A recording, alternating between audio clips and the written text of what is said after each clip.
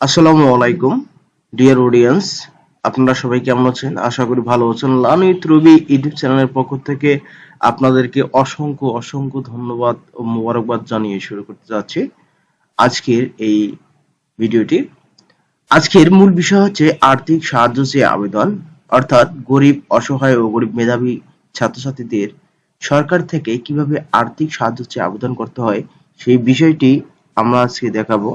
কিভাবে proper guideline মেনে সঠিক নিয়মে আমরা যদি আবেদন করি সরকারের কাছে, অর্থাৎ সরকারের যে কোনো সেক্টরে, তাহলে আমাদের এই আবেদনটি কতটুকু গ্রহণযোগ্যতা পাবে এবং এই আবেদনের পরিপ্রেক্ষিতে আমরা আসলে সরকার থেকে আদৌ আর্থিক সাহায্য সহযোগিতা পাবো কিনা, এই বিষয়গুলো নিয়ে আমি আজকে ডিসকাস করব এবং কিভাবে আবেদন করতে হয় আবেদনের ফর্মুলাটা আমি দেখার চেষ্টা করব।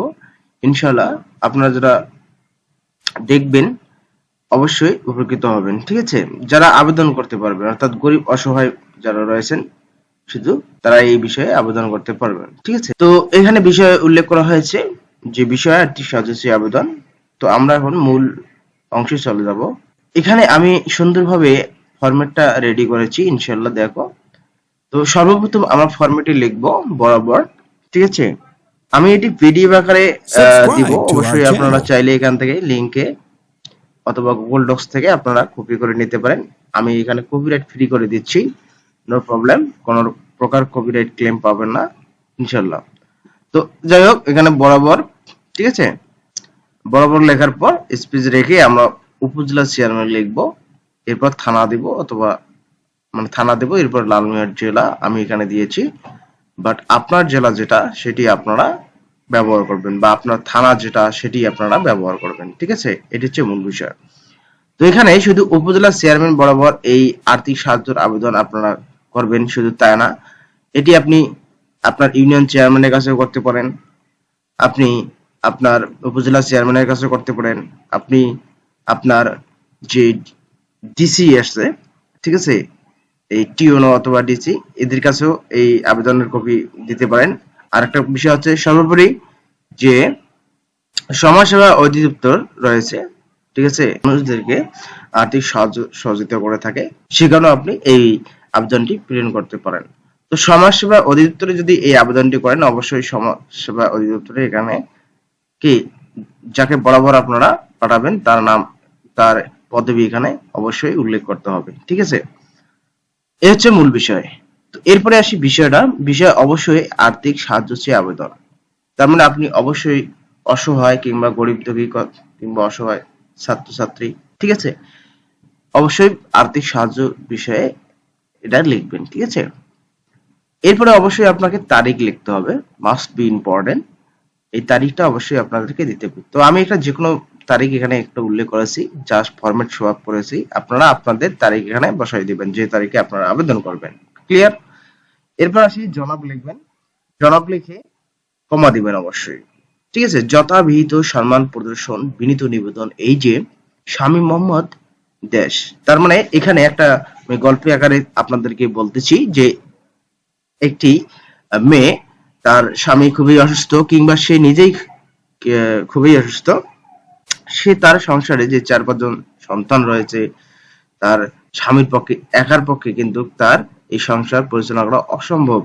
পাশাপাশি তার ছেলেমেয়েদের লেখাপড়ার খরচ বহন করতে পারতেছে না, এমন একটা অসহায় অবস্থায় তারা পড়েছে। তো এমন অবস্থায় তারা একটা অসহায় অবস্থায় পড়েছেন, এই জন্য তারা আর্থিক সাহায্য চেয়ে সরকারের কাছে আবেদন করবে। ঠিক আছে, এটাই হচ্ছে বাস্তবতা।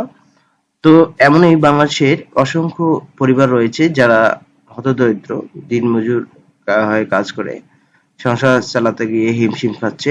ঠিক আছে, অনেকের পিতা মারা গেছে, ঠিক আছে, অনেকের এই স্বামী মারা গেছে, এরকম অনেক পরিবার রয়েছে যারা এই আবেদনগুলো করতে পারবে। ঠিক আছে, তো অবশ্যই সদয় বিবেচনা করে অবশ্যই সরকার কর্তৃপক্ষ তাদেরকে যদি এই আবেদন গ্রহণ করে, ইনশাল্লাহ তারা টাকা পাবে বা আর্থিক সাহায্য সহযোগিতা পাবে। তো এখানে বিষয়টি দেখো, এখন আমি বিষয়টি এখানে বলতেছি।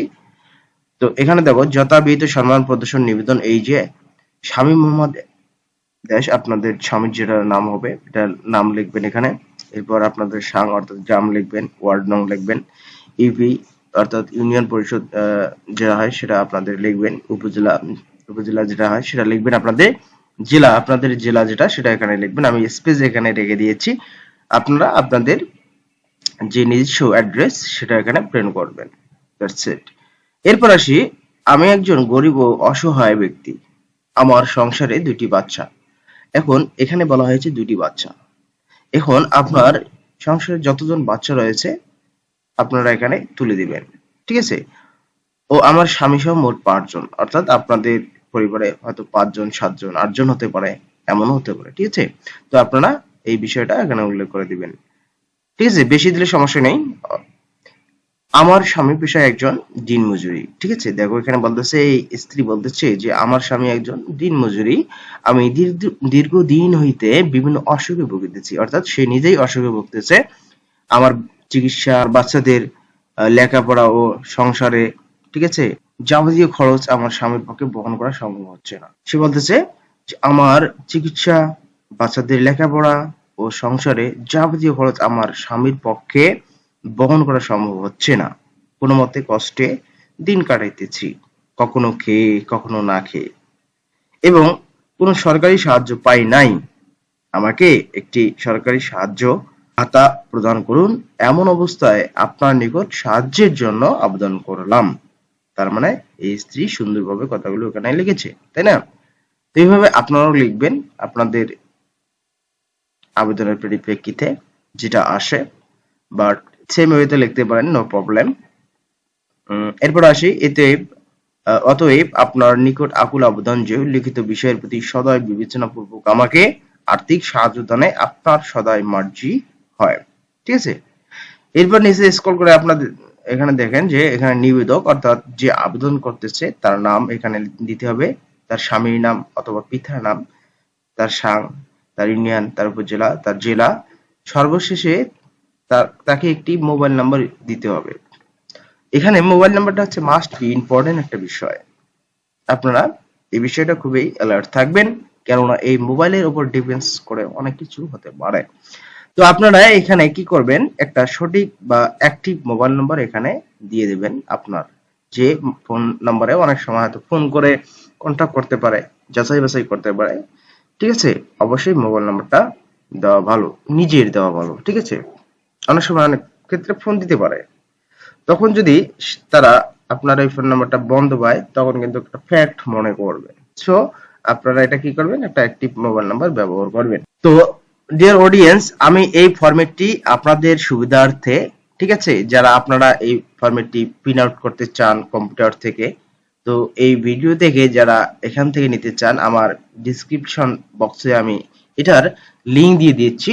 এই লিংকে যদি আপনারা যান তাহলে এখান থেকে পিডিএফ আকারে আপনারা চাইলে এটা কি ব্যবহার করতে পারেন, অথবা স্পেলিং যদি কোনো মিস্টেক থাকে তাহলে মানে আপনারা এটাকে কালেকশন করে নিতে পারেন। এর জন্য আমি পিডিএফ আকারে দিয়েছি, অথবা আপনারা কোনো চাইলে সংযোজন করতে পারেন, ঠিক আছে, আপনাদের ভাষাগত আরো যদি ভালো করে দিতে পারেন, দ্যাটস ইট, নো প্রবলেম, ঠিক আছে। যেটা হোক আর কি, ভালোই আপনারা করতে পারবেন, কোনো সমস্যা নেই।